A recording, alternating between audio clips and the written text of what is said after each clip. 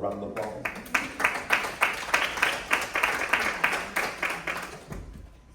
So I want to talk about leadership.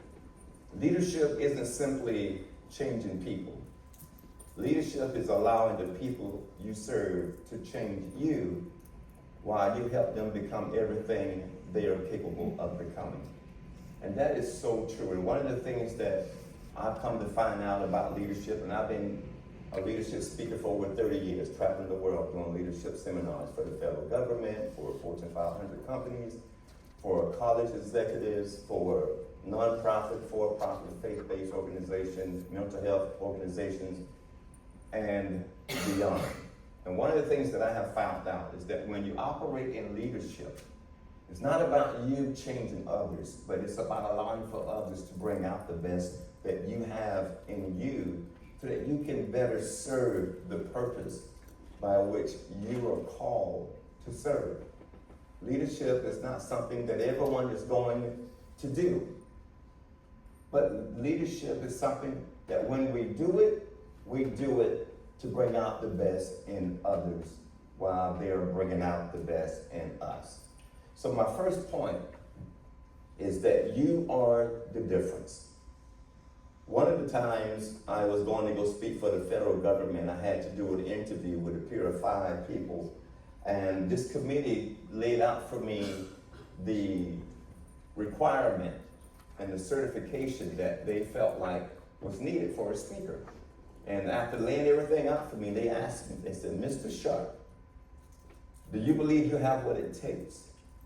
And I replied back and said, no, I don't have what it takes. But I am who it takes to get the job done. And one of the senior leaders leaned back in their chair and they said to me, you're the one we're looking for.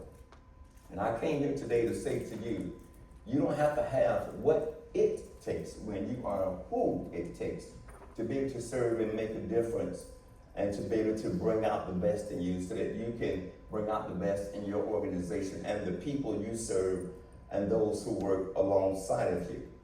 So how do we do that? How do we go from having what it takes to being who it takes? Well, we lead with identity. Leadership begins with knowing who you are before focusing on what you do. We give not based upon what we are talented and skillful in, but we serve and we lead based upon our heart. And we recognize that our identity is not defined by how gifted we are, but by how passionate we are. And this is our identity. So we lead with purpose. We keep our mission at the center of every decision, conversation, and challenge. We understand that serving in this community requires people who have a heart for the people we serve. And this is our purpose. We're making a difference. We're bringing out the best in those we serve, while simultaneously they are bringing out the best in us. And then we believe before others do. I often say that sometimes we have to see in others what they possess before they can see it in themselves.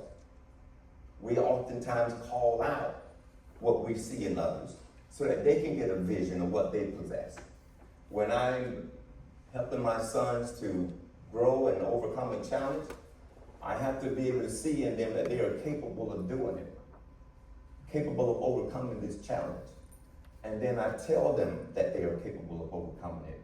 And I help them to see that within themselves. And that's exactly what we have to do. We have to believe that they are capable oftentimes before they believe it themselves. So sometimes other people have to borrow our faith in them until their personal faith in themselves kicks in. Let me say that one more time. Sometimes other people have to borrow our faith and our confidence in them before their personal faith and confidence kicks in. We develop people. The greatest leaders don't build followers. They build confident, capable leaders who multiply the mission. I believe we're called to reproduce ourselves in terms of leadership. we raise up great leaders that would do great things. I believe that a great leader will one day work themselves out of a job. You can be so good at what you do that you learn how to raise up people that can do exactly what you do the way that it needs to be done. And you can then delegate to them the assignment and the responsibilities that you once had to do. And it's not because you were trying to get rid of some of your tasks and assignments, just that when you're great at being you, you bring out the best in others. And that allows them to be able to live life at the realm of leadership. So we're the difference.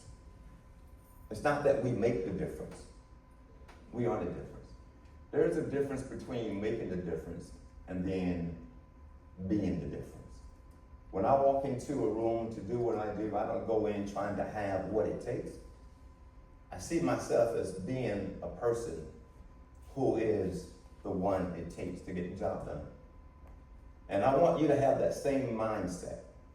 You know that you don't have to try to qualify and have certain skills and talents that other people have.